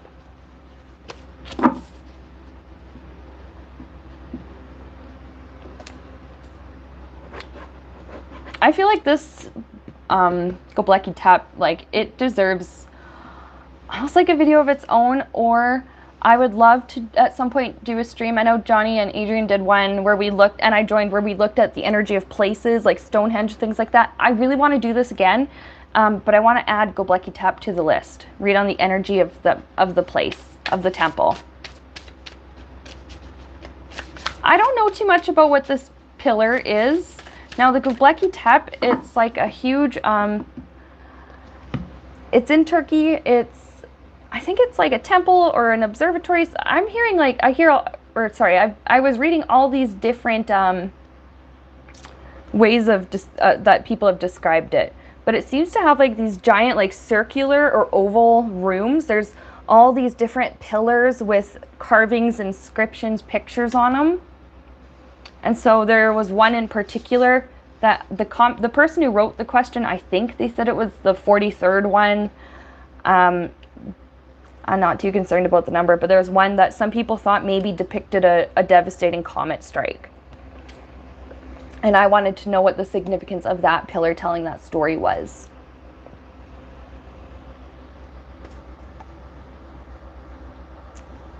So that's one that I think it would be really cool to at some point read on the energy of places again and add that one to the list. we're going to move on to, I'm going to save the Karens for last. I feel like that's a good note, just funny to end on. We're going to look at, instead of the Karens, we're going to do that one next, but like afterwards, but I think right now we're going to look at, I had that weird question about insect souls.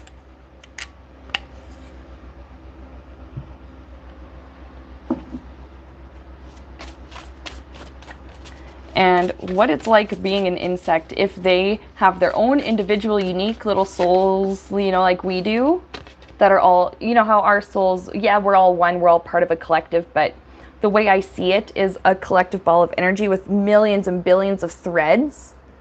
And each of these little threads, that's like one of our, like one of us. Each individual is represented by like a strand or a thread.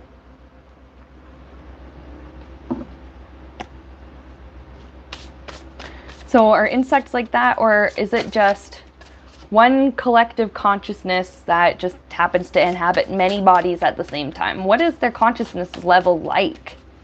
That's what I want to know. And I imagine certain insects maybe have a higher or lower level of consciousness than others.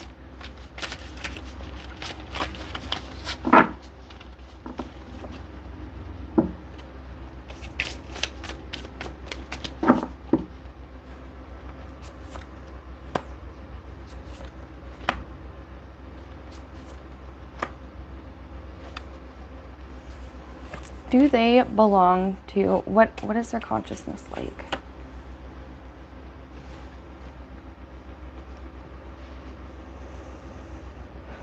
Do they experience, I don't think they, no, insect brains and their bodies and like their stuff is very different than other creatures.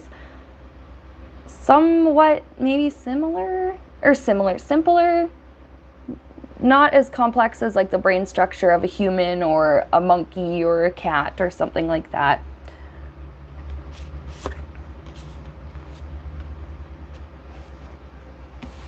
There's this like determination, go and do, duties I pick up, and it depends on the type of insect and what they do, what their behaviors are.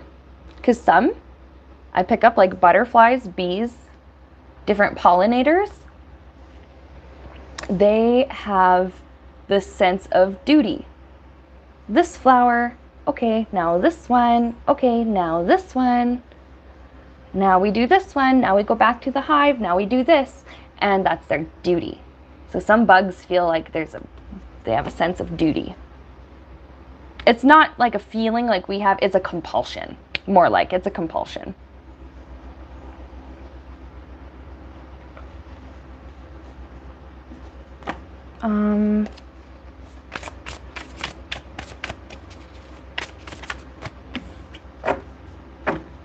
Well, I mean, some have no problem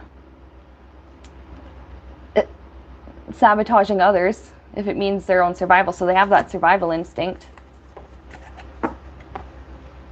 Now, let's see. What's their consciousness like? Do they have individual sort of consciousnesses? Like, you know how I was just explaining how we all come from one source, but many threads of one tapestry, like one commenter said, or many threads of light that belong to one energy. Like, what is this? What about insects? Oh, I'm hearing they fit in there too.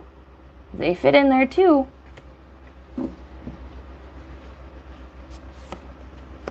They have their own purpose. They have purposes. They have things that, again, it's with that duty. Again, like sense of things I need to do.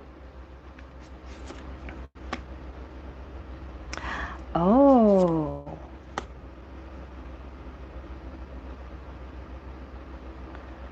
Just a second, you guys.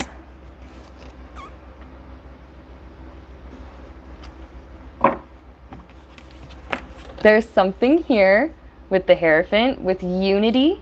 I heard collective. They do share like a collective I want to say Collective Soul, and then I'm like thinking of the band Collective Soul. And now I got the song Shine in my head. Heaven, let your light shine down. Okay, anyways. Insects do seem to belong to this like collective.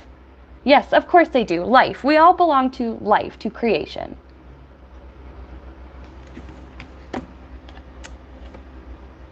I'm hearing like one mind. One mind. Hive mind, maybe? One mind, though.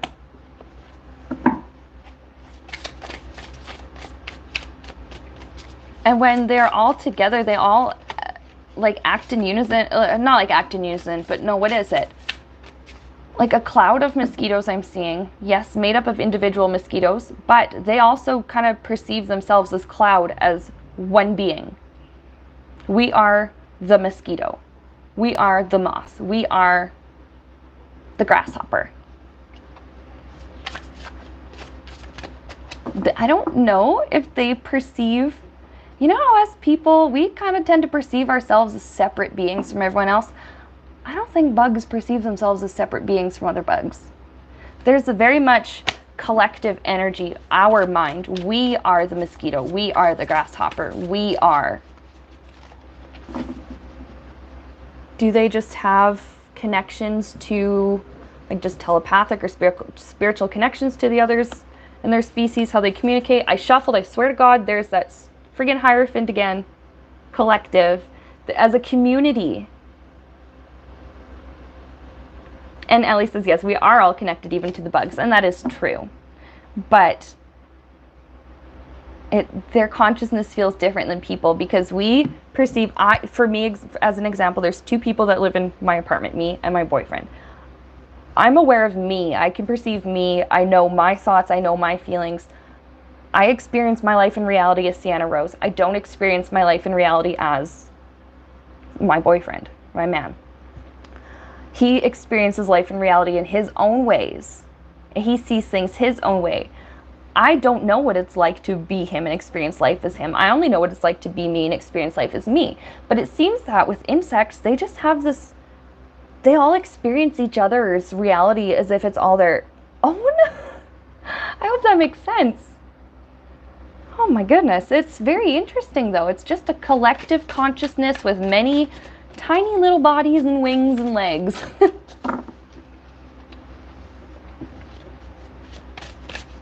That was pretty cool. That was a question I personally wanted to know about for a long time. But it seems like especially ones with like that make hives and colonies, because there are always going to be insects that do their own thing. But a lot of the ones with like hives and colonies and stuff, they share, almost like they share a consciousness. And the one bee can experience what it's like to be her, but I feel like she understands also the instincts of the queen. The queen bee knows what it's like to be her, but she also, I do really strongly feel as though like she does tap into the babies, the larvae, the drones. Is it bad to kill bugs? Because I always kill mosquitoes. Is it bad to kill them?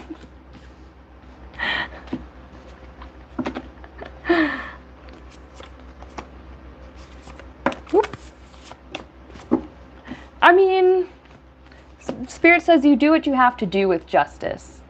A mosquito is sucking on your arm and pinching you. It is instinctual to slap the mosquito or to brush.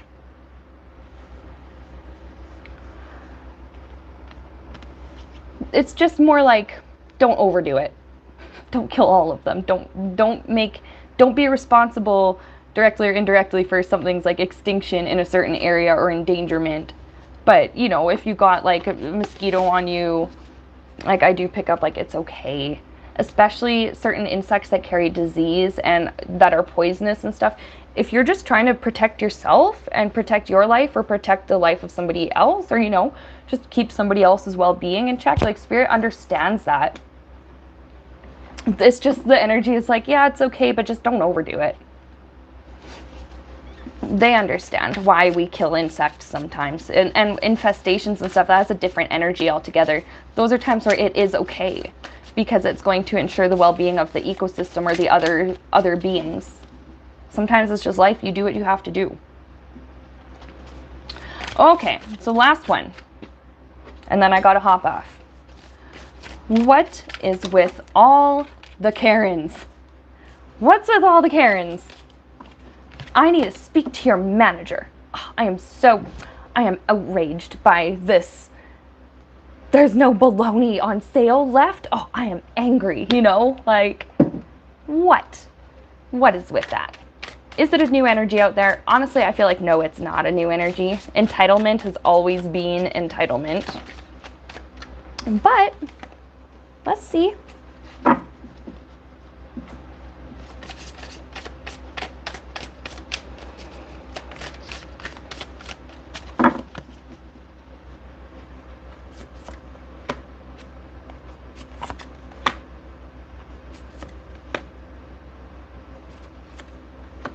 Okay.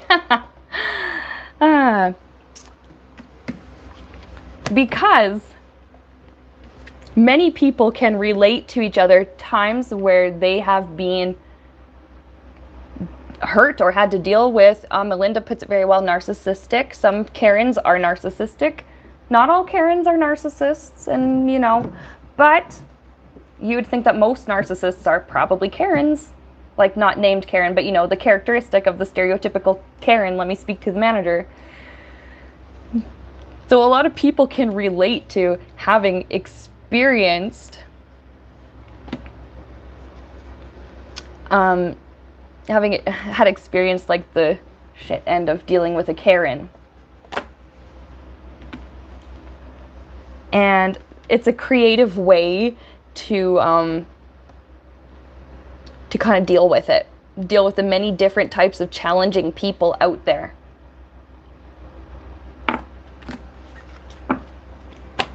Okay, we'll put that back in the deck.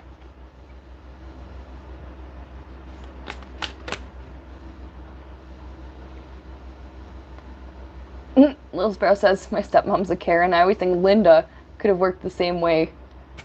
Oh, it's Linda with a Y. And you know what? Maybe it's just, for me, Linda just seems like the stereotypical mom. And it's not, I thought of that before I ever watched Bob's Burgers. I love that show. It's my favorite. The mom on that show is named Linda. And she is hilarious. The most hilarious cartoon mom. Loves her kids, but oh my god, is she just a weird lady. But I always thought of Linda to be like the soccer mom.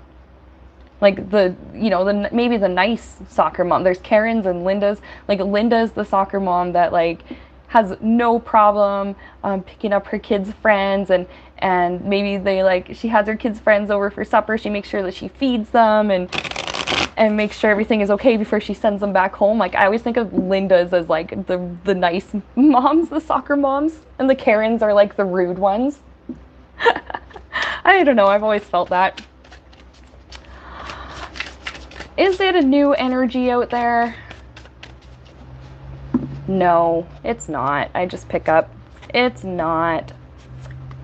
It is the sense of somebody who always needs to be in control. The Emperor is one of my cards for control. Somebody who only feels satisfied when they have control of their situation, if they get their way.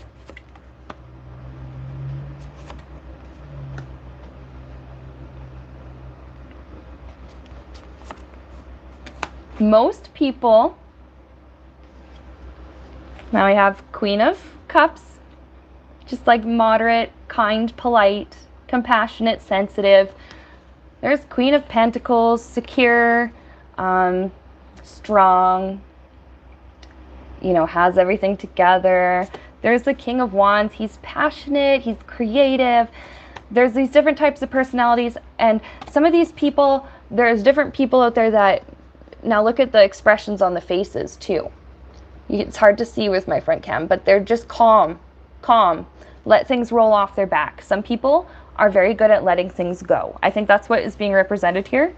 A lot of personality types are okay with letting things go. And then there's some that, no, there's got to be a way. I will make this happen with the magician. I will make this happen no matter what. Ellie asks, I wonder if they suffer from a lack of grounding. And you know what? That really could be.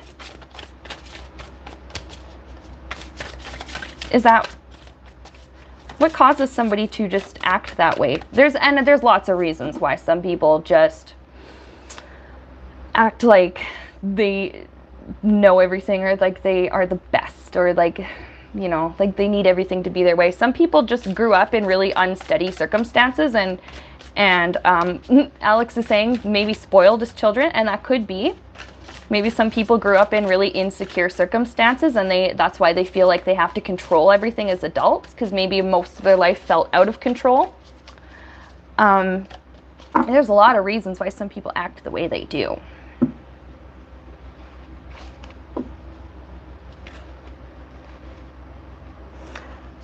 But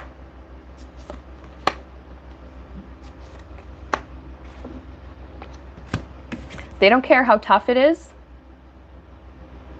They don't care how difficult it is. They want to succeed. They don't care how much strain it puts on themselves. They don't care how it affects other people. They want to succeed, or else they're going to feel insecure.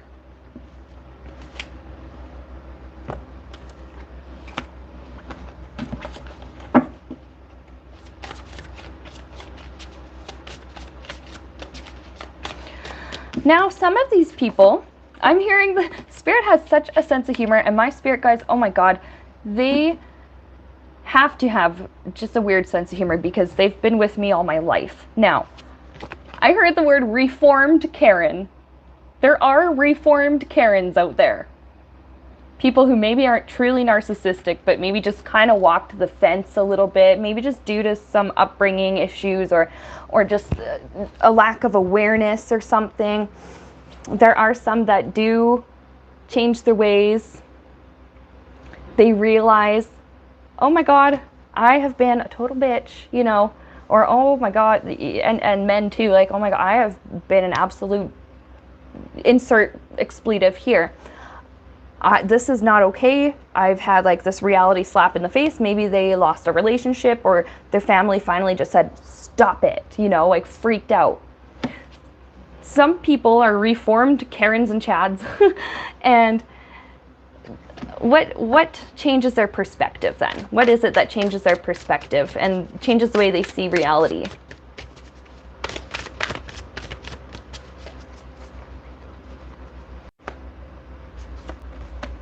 They see the damage it's caused their personal lives. Some realize they're not getting anywhere in life. Some people smarten up and realize, I can't mature as a person if I'm going to keep freaking out over, you know, McDonald's getting my order wrong. Like, if I'm not going to mature in life if I freak out so bad. Oh my God, yesterday on Reddit I saw this video. A guy in his 20s flipped his lid in a Taco Bell, I think. He smashed a fish tank onto the floor. It looked like a fish tank. I don't know if it had fish in it, but smashed it onto the floor, like smashed the cash registers onto the floor, like threw shit at the employees, not actual shit, like stuff at the employees, screaming.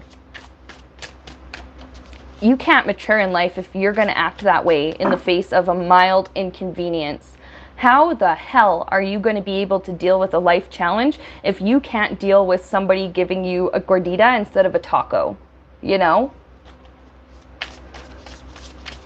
So some of these Karens and Chads or whoever, they realize, like, oh my God, I've caused so much damage to other people and damage to myself. It is time to change. And sometimes that's just a part of the story of some people's lives. That was just part of their path. Like, hey, here's my story of redemption from being a total asshole to learning how to be kind, healing from my own personal pain and traumas, and learning how not to project. There's a lot of things here about projection, especially projecting pain and fear of a lack of control onto other people. So you just can't move forward in life if you can't accept that you're not always going to have your way. Now I want to look at the collective sense of humor that people now have about it. I saw it a couple cards ago where we just have a creative way to deal with these difficult types of people by calling them Karens and making it into a joke. Using our sense of humor can help us to deal with pain, as long as we don't mask it with humor. Collective sense of humor about it. Depends on how you want to see people. Do you want to be angry and devastated and be like, I hate people? Or do you want to feel content with the good people in your own life, your own good little sphere? Be happy with yourself. Be good people. Appreciate this big human family that we have. How do you choose to see it? Do you want to be like, I hate people, they're all bad? Or, I love the people in my life. I know that there are people who do horrible things and act really crazy, but they need healing and they have their own reasons for it, and that's between them and spirit. It just depends on how you want to view people. How you view people is often a reflection of how you view yourself, sometimes on an unconscious level.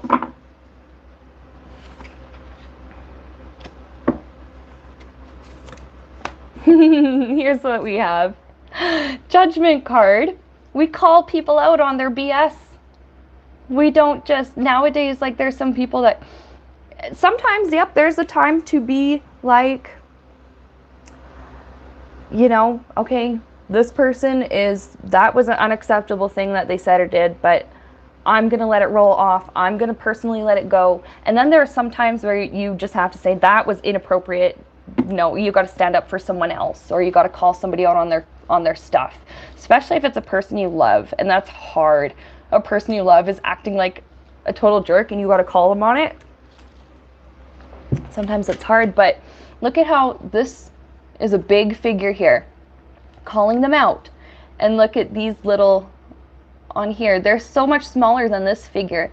It's almost like shrinking the Karen and taking away her power.